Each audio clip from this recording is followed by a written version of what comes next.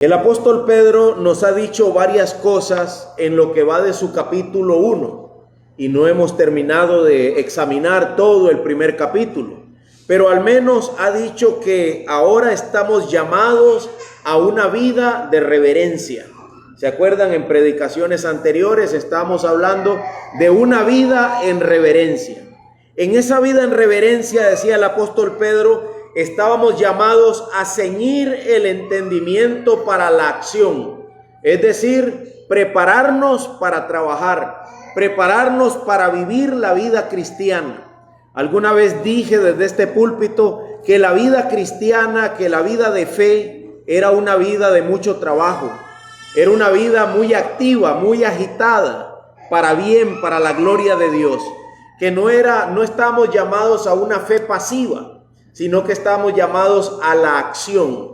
Pedro lo dijo de esa manera: preparen su entendimiento para la acción. Hay muchas cosas que hacer en la vida cristiana y nuestra comprensión de las verdades bíblicas necesita estar preparada. Y la palabra preparen se traducía literalmente en griego como hagan entrar en cintura o póngale un cinturón a su entendimiento.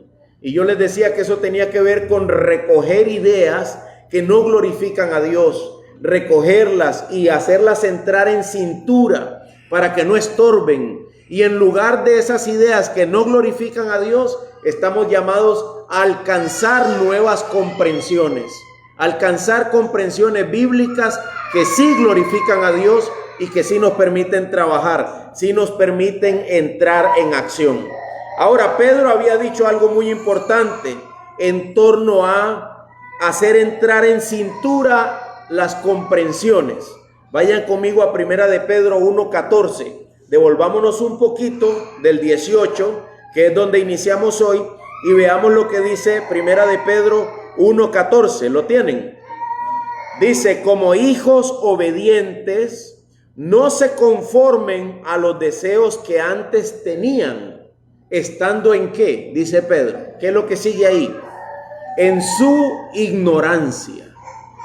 Usa una palabra que tal vez para nuestra época sea difícil de escuchar. Que me digan a mí un ignorante. Dice: como hijos obedientes, no se conformen a los deseos que antes tenían, estando en su ignorancia. Y ahora yo creo que Pedro confronta o presenta una antítesis de esa ignorancia en el verso 18 al decir lo siguiente. Ahora vamos al 18, dice: ustedes saben, antes estábamos en ignorancia, ahora nosotros hemos alcanzado un conocimiento, hemos alcanzado un saber, y ese saber es el que vamos a examinar esta mañana, es el que yo voy a exponer a la luz de esa porción del 18 al verso 21. Lo que sabemos es que hemos sido redimidos de una vana manera de vivir, que contrario a lo que antes estábamos, que estábamos en ignorancia, ahora tenemos un conocimiento. Tenemos el conocimiento de que hemos sido redimidos. La palabra redimidos se puede entender también como rescatados o libertados. Nosotros hemos sido redimidos, hemos sido rescatados, hemos sido libertados. En el Antiguo Testamento, cuando usted lee entre Génesis y Malaquías, los judíos, el pueblo de Dios en aquel tiempo, los judíos, Israel, estaban esperando un redentor, un Mesías, un prometido. ¿Se acuerdan? Un día leímos aquí varias porciones de ese descendiente de mujer que iba a acabar con la obra de la serpiente. Ese prometido, ese Mesías, ese profeta mayor que Moisés. Ellos estaban esperando a ese del linaje de David en la ciudad de Belén. ¿Se acuerdan de todas esas profecías? Bueno, ellos estaban esperando a este hombre. Este hombre vino. Este hombre es Jesús. Pero oiga lo que ellos decían en Lucas 24:21. Escuchen. Dice: nosotros esperábamos que Él era el que iba a redimir a Israel. Nosotros esperábamos que Él era, pero parece que no era. ¿Quiénes dijeron eso? Judíos. Judíos que tenían la esperanza de un redentor. Ellos esperaban a alguien que iba a redimirlos. La Biblia dice que sí era Jesús.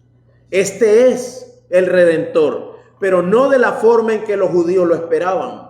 No un redentor político, no un redentor de la esclavitud bajo la cual estaban bajo el poderío de Roma. No de ese tipo de redentor. En la época seguro que estuvieron bajo el dominio de los babilonios, los judíos esperaban el redentor que los liberara del dominio babilonio. Luego, cuando están bajo la época del dominio romano, están esperando el redentor que los redima de los romanos. Otro gobernante, uno que nos libere, así como el pueblo fue liberado también de la esclavitud en Egipto. Pero la Biblia dice que la redención ocurre, en otros términos. Tito 2:14, búsquenlo conmigo, porfa. Tito 2:14. La redención ocurre en términos bíblicos alrededor de otra cosa que no era político. Y eso es importante para nosotros porque Pedro dice, ustedes saben que fueron redimidos. Ustedes ya no están en ignorancia, ahora se saben redimidos. Pero ¿qué tipo de redención? Lo tienen, Tito 2:14. Dice así, Él se dio por nosotros. Cristo se dio por nosotros. ¿Para qué? Para redimirnos de ¿cuánta cosa? De toda iniquidad y purificar para sí un pueblo para posesión suya, celoso de buenas obras. Entonces, hermanos, la redención que nosotros ahora sabemos que tenemos es en torno a ¿qué? Una redención política, una redención económica, una redención médica, una redención de salud. ¿De qué? Una redención de una billetera más gorda. La Biblia dice que hemos sido redimidos de toda iniquidad. La palabra iniquidad aquí tiene que ver con falta de pureza. Falta de pureza. En lugar de eso, abundancia de maldad. El pueblo de Dios, aquellos a los que Pedro les está escribiendo, Pedro les dice, ustedes saben que ustedes no tenían pureza. Ustedes saben que ustedes estaban llenos de maldad y han recibido una redención. Han sido liberados de esa impureza, han sido liberados de esa maldad. Y aquí, como diría un predicador de los antiguos años, diría doctrina, es decir, enseñanza. ¿De qué hemos sido redimidos? De nuestra impureza. ¿Qué es lo que se nos ha dado? Purificación de nuestras almas, para ser un pueblo de Dios celoso de buenas obras. Pero ¿qué es lo que se ofrece en estos tiempos? Al igual que en el tiempo de Pedro, venían muchos falsos maestros y ofrecían otro tipo de redención, ofrecían otro tipo de liberación. Alguien me dijo a mí hace un tiempo, yo lo que necesito es una limpia, yo necesito una limpia. Y yo le pregunté, ¿dónde escuchó usted eso? ¿Y quién le dijo a usted que yo hacía limpias? ¿Verdad? ¿De dónde usted teje esas ideas? De que yo lo que necesito es una limpia. Y yo le dije, claro, ocupa una limpieza, ocupa una purificación, pero esa la hace Dios por medio de su palabra en nuestras almas. La hace Dios a través de la acción de su Espíritu Santo, al pasarnos del reino de las tinieblas a la luz admirable de Dios. Pero algunos no solo buscan una limpia, también buscan sanación. Me imagino que la limpia está relacionada a lo de Noche de Milagros y la sanación a la parte de la salud. Y la limpia y los milagros también tiene que ver con economía, con buenos matrimonios y con todas esas cosas. Mis hermanos, no estamos negando que acercarnos a Dios, que venir al conocimiento del Dios Santo nos va a ayudar, no estamos negando eso. Nos va a ayudar en la parte económica, nos va a ayudar en la parte familiar, nos va a ayudar hasta en la salud, porque si yo encuentro paz en la gracia que Dios me da, es muy probable que yo pueda lidiar con muchos problemas de salud que son meramente emocionales, que no tienen ninguna raíz física, es pura psicología, es pura emoción. Ustedes saben por qué hoy en día los médicos han diseñado una nueva área que se llama medicina familiar. Ya no es medicina general, ahora se llama medicina familiar. Usted va al médico general y Él te analiza y Él determina que tu problema no es físico, no es fisiológico, no está en tu cuerpo, el problema está en la mente de esa persona. Entonces lo manda al médico de familia y el médico de familia te escucha, te va a oír hablar más que el otro. Él está preparado casi como un profesional en psicología para escucharte y él determina probablemente fibromialgia o depresión o ansiedad y te refiere a un psiquiatra o a un psicólogo. Es muy probable lo que él va a hacer, darte un tipo de medicamento o darte una referencia más. Muchos de esos problemas, por no decir que todos, encontrarían alivio si el hombre viera a Cristo y encontrara en Cristo la redención de su alma. Si nuestra esperanza estuviera puesta por completo en la gracia que se nos traerá cuando Cristo sea manifestado. Pero como no la tenemos en eso, nos hundimos en depresiones y en tristezas. Sin embargo, eso está muy lejos de ser la redención de la cual la Biblia nos habla. La redención de la cual nos habla es de nuestra condición imperfecta, de nuestra iniquidad, de nuestra falta de pureza y por ende de nuestra incapacidad de estar delante de Dios y heredar con Él y heredar de Él una vida eterna y una comunión eterna. Dios es santo, hermanos, y no tiene ninguna relación con el pecado. Nosotros somos pecadores y estamos caídos, y delante de un Dios santo lo único que pasaría es que seríamos aniquilados, seríamos echados fuera, seríamos aborrecidos.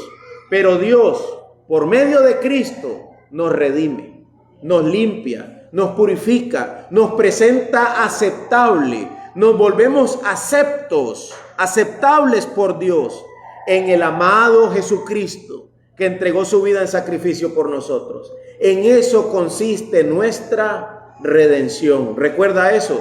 Hemos sido redimidos, pero no de cosas terrenas, ni tampoco para cosas terrenas.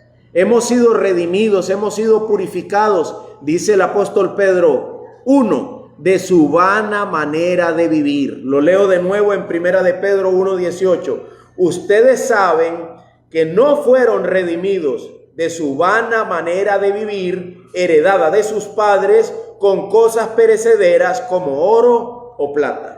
Pedro lo aborda de una manera negativa. Pedro dice, ustedes saben que no fueron redimidos de su vana manera de vivir con oro o plata. Vamos a decirlo de una manera positiva. Ustedes saben que fueron redimidos de una vana manera de vida.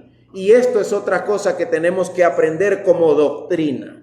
Hermanos, Dios califica nuestra antigua manera de vida antes de conocer a Cristo, antes de aprender el Evangelio, antes de ser enseñados por Cristo en cuanto a la redención de nuestras almas. Dios califica la antigua manera de vida como inútil, como sin valor, una vida fútil, una vida sin nada que sea de interés, y a algo que debemos considerar como completamente inútil, una manera de vida vana de la cual yo no tengo nada que rescatar de eso. Debemos preguntarnos si al venir a Cristo realmente así estamos considerando nuestra antigua manera de vivir. ¿Me explico? Tenemos que preguntarnos eso. El día de hoy el hermano Roberto hizo una lectura larga en Hechos 14. Hizo una lectura larga en Hechos 14, en la cual estaba claro que un grupo de gente de Licaonia que habían escuchado el Evangelio, cuando vieron que un hombre fue sano, agarraron a Pablo y a Bernabé y los empezaron a idolatrar. Pensaban que Pablo era Júpiter y el otro era no sé qué. Bueno, ahorita, no quiero leerlo ahorita de nuevo, ¿verdad? Porque era una lectura larga. Léanlo por favor en su casa. Solo digo que su vida vana lo llevó a pensar que uno era el representante de un planeta y el otro era el representante de otro planeta, y ahí terminó el show. No, el sacerdote del templo dijo, aquí hay que matar unos toros y a esta gente hay que rendirle culto, y con dificultad, dice la Biblia, lograron calmarlos. ¿Qué estaba haciendo esa gente?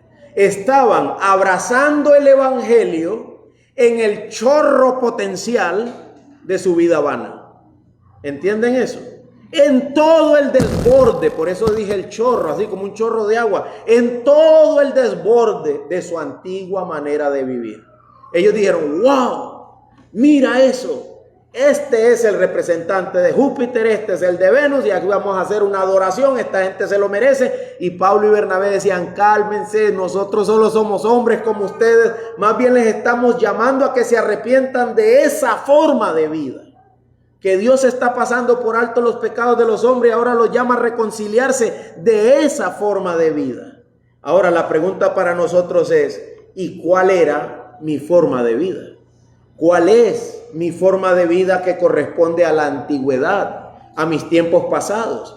Yo estaba pensando en este versículo de Pedro, dice, ustedes saben que fueron redimidos de su vana manera de vivir aprendida de sus padres. Hermanos, lo que pensaba era lo siguiente, ¿existe para ti, existe para mí algo que yo llamaría mi antigua forma de vida? ¿Sí o no? Y la segunda pregunta es, si dices que sí ¿te consideras redimido de esa antigua manera de vida? ¿Te consideras rescatado de esa antigua manera de vida? Si la respuesta es sí, entonces abandona toda esa antigua manera de vida. Deja esa antigua manera de vida. No hay por qué estar resucitando esas prácticas que pertenecen a una antigua manera de vida. Algunos tenemos la tendencia a responder, pues así soy yo, así me criaron, siempre he pensado de esta manera, a mí nadie me va a cambiar las ideas. Entonces, ¿cómo es que nos llamamos cristianos? Los cristianos se saben redimidos. Los cristianos ven su antigua manera de vida como algo de lo que no hay nada que rescatar, algo que tiene que quedar completamente atrás y extenderme ahora a lo que está delante, lo cual es Cristo. Un abandono de esa antigua manera de vida. Cada uno de nosotros pertenece a cierta familia del mundo con ciertos parámetros y formas de ser. En el caso mío, voy a hablar de mí, no puedo hablar de ustedes. En el caso mío, como Urbina, los apellidos de mis padres es Urbina Rodríguez, mi madre Cruz Madrigal. Cada uno pertenece a un historial familiar y sabe cómo se comportaban esas familias. Sabe cuáles eran los valores de esas familias. Valores que no tenían nada que ver con la búsqueda de la gloria de Dios. No tenían nada que ver. No estaban buscando la gloria del nombre de Dios. Estaban buscando su propia gloria vana, su propia perdición, aportando pecado sobre pecado. Ahora somos todos los cristianos llamados a considerarnos redimidos de esa vana manera de vivir. Hermanos, hay personas, hablo más de la línea de mi familia, hay personas que para ellos todo es crítica. Les cuesta decir algo bueno, solo saben criticar. Siempre están criticando, siempre están criticando. Pues cuando yo vengo a Cristo, ¿de qué me doy cuenta? Híjole, esa manera de vivir es vana. Necesito aprender a encontrar la gracia en medio de lo que creo que está mal. Porque tengo la tendencia a la hipercrítica por una cuestión de la vana manera de vida aprendida de mis padres. ¿Me explico?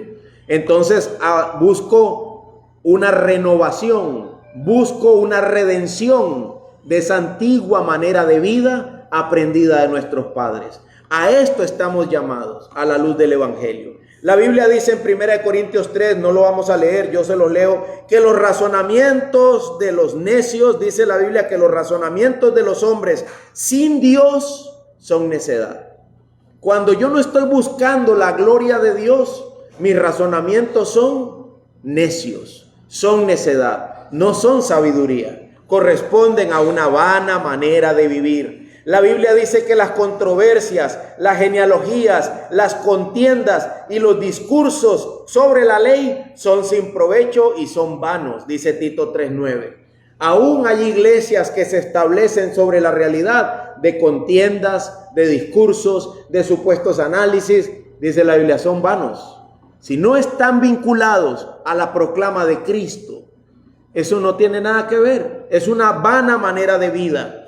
Dice Santiago 1:26 que la incapacidad de refrenar la lengua produce una vida vana, una religión vana. Y así podríamos seguir encontrando muchas formas en que se deriva la realidad de que existe una vida pasada que es vana. Hermanos, si tú estás en Cristo hoy, tienes que saber, tienes que ser capaz de distinguir entre una vida pasada que era vana y una vida presente en la que yo procedo en un estado de redención. ¿Puedes distinguir eso? Será una ayuda vital para darme cuenta si realmente he sido rescatado, si realmente he sido purificado. ¿Puedes distinguir eso? Y si lo distingues, ahora la otra pregunta sería, ¿estás creciendo en esa muerte del pecado y la vivificación en Cristo? Porque uno no se desprende de la manera de vida pasada tan fácilmente. No es tan fácil. Dice Efesios 4, verso 21. Efesios 4, 21. Si en verdad lo oyeron y han sido enseñados por Cristo, escuchen esto, conforme a la verdad que hay en Jesús, en cuanto a la anterior manera de vivir, despójense del viejo hombre. Lo que estoy diciendo es que por un lado me doy cuenta que hay una vida pasada y por otro lado me doy cuenta que debo seguirme despojando de esa vida pasada, que día tras día, según las situaciones que pasan, reacciona de mí algo que no corresponde a lo que Dios está haciendo en mí. Entonces debo mortificarlo, debo estarlo matando. Hermano, si nos dieran una hoja en blanco y nos pidieran que escribiéramos aquellas cosas que pertenecen a mi vana manera de vida y que aún hoy estoy mortificando, ¿serías capaz de examinarlas? ¿Serías capaz de puntuarlas ahí? Alguien puede pensar, pastor, pero ¿para qué ver el pasado y para qué ver las cosas malas? Quiero ver solo lo bueno. El problema es que si no ves lo malo, no sabrás cómo aplicar lo bueno a esas áreas de tu vida. No sabrás para cuánto vale Cristo. No sabrás cuán importante es Cristo. Estamos obligados, ninguna disciplina al principio parece motivo de gozo. Estamos obligados a devolvernos y disciplinadamente observar mi antigua manera de vida. Y observar aquellas cosas que me siguen dando lata, que me siguen dañando, y mortificarlas. Lamentablemente a veces la mejor forma de saber si soy redimido es darme cuenta si estoy mortificando y qué estoy mortificando. Es decir, a veces quisiéramos saber si soy redimido en torno a lo positivo, pero tiende a ser más fácil para nosotros, seres caídos, darme cuenta si soy redimido en torno a lo negativo. Veo más el mal que está en mí, me doy más cuenta de él, estoy trabajando para matarlo, para mortificarlo. Eso es saberse redimido. Si estás en ese nivel, eres uno de aquellos a los que Pedro está hablando. Sabemos que hemos sido redimidos. Luego Pedro dice que hemos sido redimidos no por cosas perecederas como oro o plata, sino con sangre preciosa. Primera calificación de la sangre de Cristo, preciosa. Luego, como de un cordero sin tacha y sin mancha. Y los editores agregan 2 puntos. La sangre de Cristo. En el original solo diría Cristo. Sé que soy redimido, no por cosas como oro o plata. Esta comparación o este parámetro de redención que no sirve, dice Pedro, no es por oro, no es por plata. Tiene 2 posibles significados. Uno de ellos es que son perecederos. El oro y la plata se pierden, ¿no? Se pierden y un día pasarán por fuego, serán quemados. Son cosas que extraemos de la tierra, son cosas que extraemos de una naturaleza que está caída, una creación que está caída también. Pero además el oro y la plata tienen la característica bíblica de que poseen una connotación negativa. Dice que el oro y la plata, aquel que ama estas cosas, no va a encontrar el bien, solo va a encontrar la perdición de su alma. Tal parece que el oro y la plata y la ambición por ellas es algo que va a producir decadencia.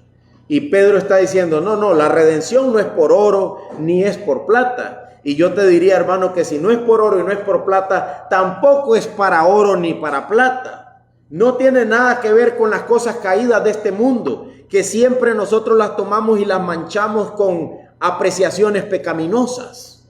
Como alguien dijo una vez que había un señor vendiendo lotes, unos lotes que le costaron, voy a decir un precio, algo así como 100,000 colones. Y ahora los estaba vendiendo en 40 millones. Y yo dije, ¿cómo? Ese hombre es un pastor. Era un pastor que había comprado unos lotes en 100,000 colones y ahora está vendiéndolos en 40 millones cada lote. Y yo dije, pero wow, que, o sea, debería ayudar gente, ¿no? Si los compré en 100,000, mira, te los voy a dar en 2 millones. ¿Te sirve, Oscar? Claro, muchas gracias. Y ya me estoy ganando un montón. Si me costaron 100,000, voy a dártelo en 2 millones. Ya me estoy ganando un montón. Y yo le dije, pero ¿para qué quiere ese hombre tanta plata? ¿Para qué quiere eso? Cada lote eran como 15 lotes a 40 millones. Hágale número, ¿cuántos millones? Y yo dije, ¿para qué quiere ese pastor tanta plata? Y el otro me dijo, para hacerse rico. Y yo dije, por aquí no es camino, allá me voy. O sea, no quiero estar aquí con estos pastores, no quiero estar con esta gente con esta mentalidad meramente terrenal y caída. Pastores hablando de esa. El otro parecía, ¿cómo es que llama uno de las cositas para niños? El rico MacPato, ¿verdad? Para hacerse rico. Hermanos, hemos sido redimidos no por oro y no por plata. Tu dinero, le dijo Pedro a un hombre, perezca contigo. Tu dinero perezca junto contigo. No hemos sido redimidos con esas intenciones tan banales. Noche de sanación y milagro, no tengo nada que ir a hacer ahí. Que me digan que hoy vamos a predicar a Cristo, amén, voy para ahí, ¿verdad? Voy de una vez. A veces me dicen, venga para que celebremos la reforma. Le digo, yo no voy a ir. ¿Por qué? Pues yo no voy a celebrar la reforma. Dime que vamos a celebrar a Cristo y yo voy. Pero yo no voy a ir a celebrar la reforma. Porque no es Cristo. Es peligroso. Hay que tener cuidado. La gente se desvía a la izquierda o a la derecha con mucha facilidad. Y dice Pedro, mira, no es con oro ni plata. No es con oro ni, yo te diría, ni con reforma, ni con Calvino, ni con Lutero. Es con Cristo. Cristo, Cristo, Cristo, ese es el nombre sin igual. Nosotros hemos de recordar esto, traerlo a nuestra mente. No, pero si mi redención no ocurre con oro ni plata, no ocurre con nada terrenal, dice el apóstol Pedro, sino solamente la sangre de Cristo. Y Pedro la declara en el verso 18 como una sangre preciosa, el verso 19, con una sangre preciosa. Esa palabra preciosa no quiere decir bonita, quiere decir costosa. Dice el apóstol Pedro, es una sangre costosa, preciosa. Luego dice él, sin tacha. Es una sangre completamente pura, no tiene tacha, no tiene mancha. Dice aquí, intachable. Es una palabra que proviene del Antiguo Testamento. Se refiere a que era perfecto Cristo. Cristo era perfecto, Cristo era precioso, Cristo era lo que nuestras almas necesitaban, y Pedro está diciendo eso. Eso es aquello con lo cual yo me debo saber redimido. No con cosas terrenales como oro o plata. Y póngale usted el nombre que quiera. Religiones, ideas vanas, cosas del pasado, ideas de grandiosidad. No es que nadie fue redimido por eso. Aquel que fue redimido lo fue solamente por gracia, por medio de la fe, a través del sacrificio de Cristo, que fue aplicado a nuestro favor por medio del Espíritu Santo. Una obra bendita del Padre. Una obra bendita del Padre. Debemos meditar en esto y cómo el apóstol Pedro califica la sangre de Cristo. Es interesante y es digno de preguntarse, ¿por qué para Pedro es perfecta? ¿Por qué para Pedro es preciosa, de gran valor, completamente pura? Pedro estaba escribiendo a la luz del Antiguo Testamento. Pedro tenía en mente los corderos que se sacrificaban. Pedro tenía en mente los lineamientos que Dios había dado en el libro de Levíticos y en Números, de que estos corderos tenían que tener ciertas características. Y Pedro dice, Cristo es aquel por medio del cual fuimos redimidos, y su sangre es de un valor incalculable para nosotros, la humanidad, y Él era perfecto, sin tacha, sin mancha. El que dice eso es un Pedro que ya no puede confiar en sí mismo. ¿Se acuerdan que antes él dijo, aunque todos te negaran, yo nunca te negaré? Pedro se consideraba antes muy capaz, muy valioso. Ustedes saben que aún hoy en día hay gente que dice, mi vida vale cara. Yo no la doy tan fácil, no la entrego tan fácilmente, porque yo valgo, yo tengo valor. Todos tenemos un valor intrínseco porque somos creación de Dios. Pero ninguna de nuestras vidas se compara con la del valor de Cristo. Lo que Pedro estaba diciendo al hablar de Cristo como precioso, como intachable, Pedro lo que está diciendo es, mira, lo que tú y yo no seremos jamás, lo que tú y yo no podremos ser, el que nunca debió morir, el que nunca debió probar la cruz, cuya sangre nunca debió ser derramada, ese fue el que fue entregado. Aquel que realmente valía la pena, aquel sobre el cual Padre Dios dijo, este es mi Hijo amado. En él tengo complacencia. ¿Sabes qué debió hacer toda la humanidad? Debió levantar sus manos y echarse para atrás. No tocarlo nunca. Y sin embargo, ¿qué era lo que querían hacer de a menudo en los evangelios? Apedrearlo y darle muerte. Hasta sus hermanos en la carne sentían celo de él y siempre estaban molestándolo. Y la Biblia dice que él solamente crecía en gracia delante de los hombres y delante de Dios. Jesucristo nunca le pagó a nadie mal por mal, nunca. Nunca alzó su voz y nunca gritó a alguien sin tener que hacerlo, nunca. Cuando lo hizo, cuando latigó a una gente y le volcó las mesas, hizo justicia, como el Hijo de Dios que él era. Pero no fue injusto, fue lo correcto. Es más, debió hacer más. Debió condenarnos al infierno para siempre una sola vez, pero no lo hizo. Él es santo, Él es justo, Él es perfecto. Él es aquel que nunca debió morir, nunca debió ser su sangre derramada. Y dice Pedro, pero ocurrió. Era tan valiosa su sangre y sin embargo ocurrió, fue derramada. Fue derramada por nuestros pecados. Así que hemos de sabernos redimidos de nuestra vana manera de vivir. Hemos de sabernos redimidos por la sangre preciosa de Cristo. Y hemos de sabernos redimidos como entendiendo que Él estaba preparado desde antes de la fundación del mundo para que mi fe y mi esperanza fueran en Dios. Vamos a ver esos textos en Primera de Pedro 1, ahora del verso 20 en adelante. Primera de Pedro 1, 20. Dice así, leo desde el 19, sino con sangre preciosa, como de un cordero sin tacha y sin mancha, la sangre de Cristo. Y vean que en el verso 20 Pedro explica por qué es tan precioso y por qué es sin tacha. Porque Él estaba preparado desde antes de la fundación del mundo, pero se ha manifestado en estos últimos tiempos por amor a ¿quiénes? Por amor a ustedes. Su sangre nunca debió ser derramada. Él era el perfecto Hijo de Dios, sin mancha. Pero se ha manifestado, es lo mismo que decir que se encarnó y que murió. ¿Por amor a quiénes? A ustedes. Y la única forma de entender lo que Pedro está diciendo es la siguiente. Imaginemos que Génesis quiere un regalo. ¿Verdad? A Génesis le vendría muy bien un regalo. Imaginemos que es el regalo preciado de Génesis, el que ella siempre ha anhelado. Y papi diga, no necesitas decírmelo, lo tengo. Y Génesis diría, ¿cómo, papi? ¿Lo tienes? Sí. ¿En serio? ¿Cómo sabes? Lo sé y lo tengo. Y sabes una cosa, Génesis, lo tenía guardado desde antes de conocer a tu mamá. Lo tenía guardado desde antes de que tú existieras. Yo ya sabía que tú querías eso. ¿Qué te parecería, Génesis? Un papi digno de darle un abrazo y un beso, ¿eh? Uno diría, wow. Lo tenía, o sea, ni te habías casado, papi, no, ni me. Desde los 14 años, hija, lo compré. Y desde chiquito venía pensando en él. Aquí está, mira, toma. Eso es lo que Pedro está diciendo. Tú y yo lo íbamos a necesitar. Y el Padre lo tenía listo desde antes de la fundación del mundo. Desde antes de que este mundo fuera fundado.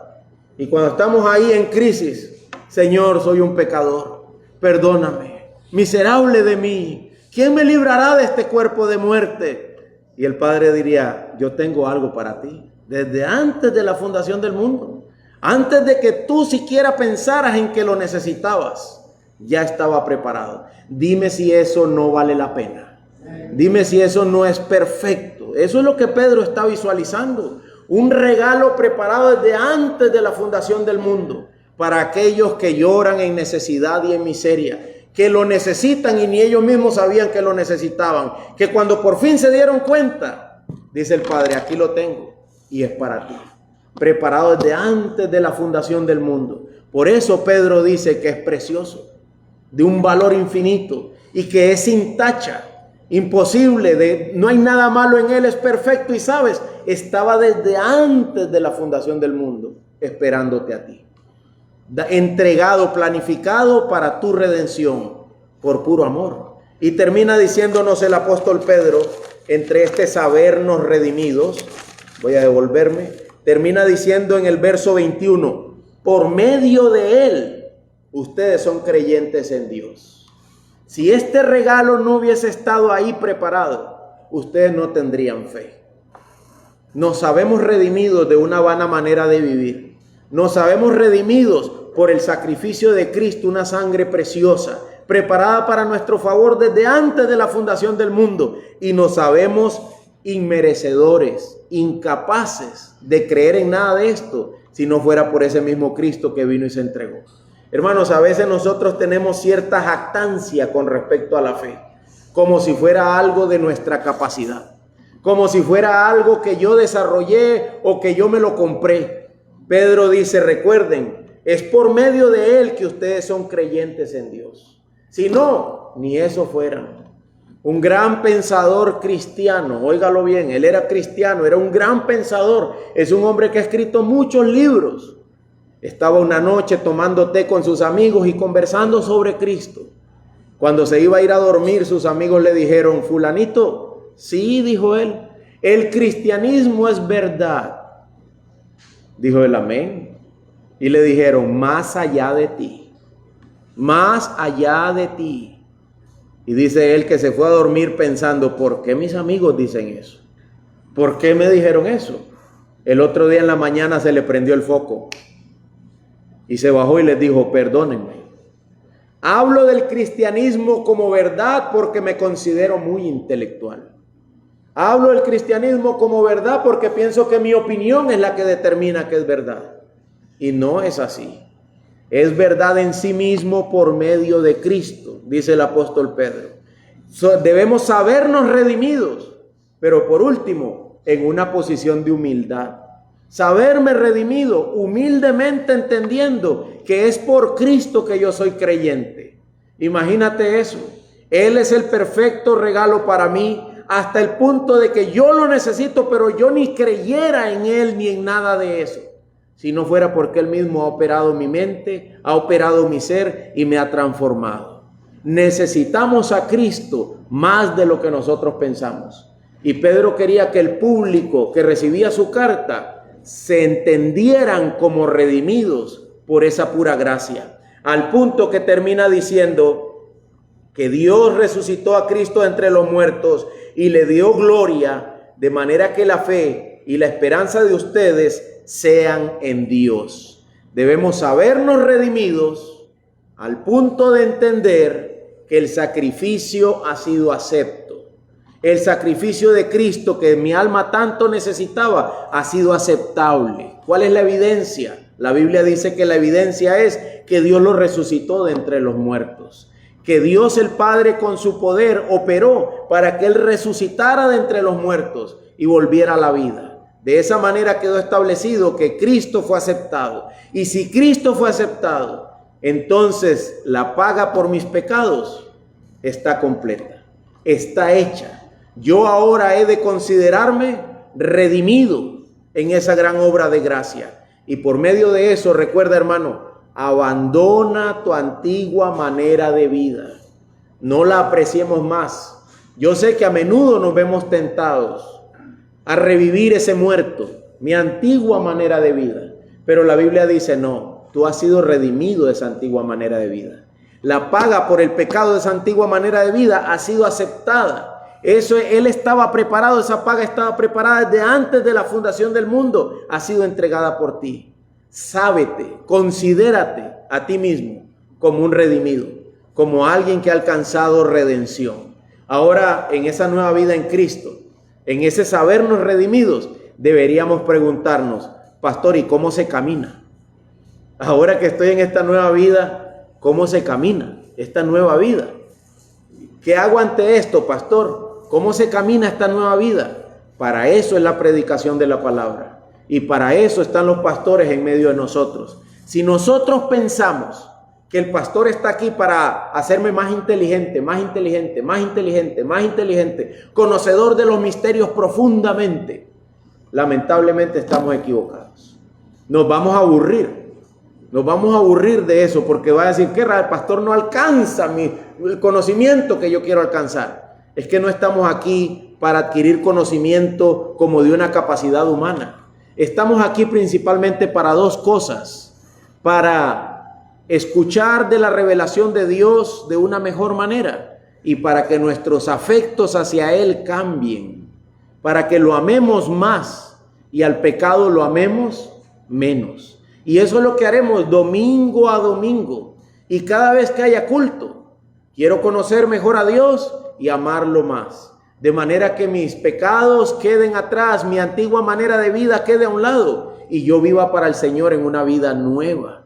El pastor tomará la palabra, me explicará la palabra, la leerá y la explicará de manera que yo entienda, como lo que entendemos hoy. Entendemos que hemos de sabernos redimidos de una antigua manera de vida, que esta redención ocurre solo por la sangre preciosa de Cristo y que es preciosa porque estaba preparado para mí, yo que tanto lo necesitaba desde antes de que aún yo existiera o supiera de su necesidad, y que ha sido entregado como sacrificio y ha sido acepto su sacrificio. Ahora mi fe y mi esperanza de un mundo mejor y de una vida mejor cuando Cristo vuelva tienen valor, tienen sentido, tienen buen fundamento. Ahora que soy yo, soy un peregrino, soy un esperanzado. Estoy caminando hacia la gloria que se me traerá cuando Jesucristo sea manifestado. No tengo ninguna otra esperanza más en esta tierra. Solamente estoy esperando eso. La manifestación gloriosa de mi Señor y de mi Salvador Jesucristo y las glorias que vienen junto con Él. Eso es lo que Pedro quería que la gente a la que él escribiera entendieran. Y es lo que nosotros necesitamos entender. Que estamos en una completa dependencia de Dios y de su obra, esperando completamente a Cristo. Cuando no estamos haciendo eso, es cuando nos enojamos. ¿Verdad? Yo estaba instalando un tubo y yo me enojé mucho con ese tubo. Y brinqué encima de él y lo quebré todo. Y al final el tonto fui yo. Porque mi esperanza ya no era Cristo, era instalar esta tubería. ¿Me explico? En el momento en que hacemos eso, perdemos nuestra visión clara de Cristo y de las glorias que vienen detrás de Él.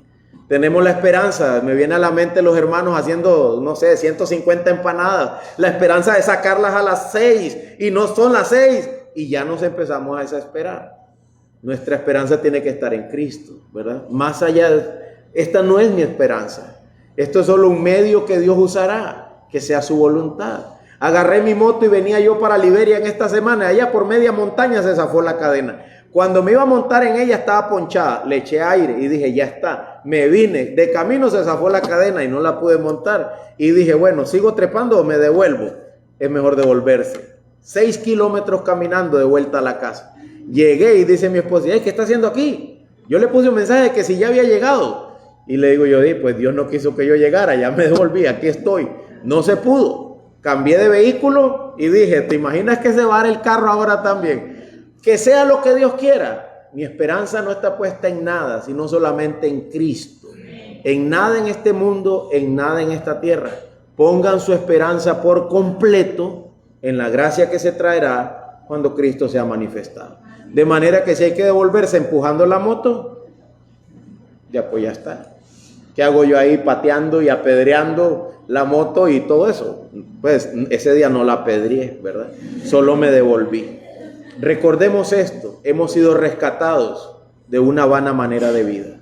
Mi esperanza está por completo solamente en Cristo. Que en todo sea su voluntad. Oremos.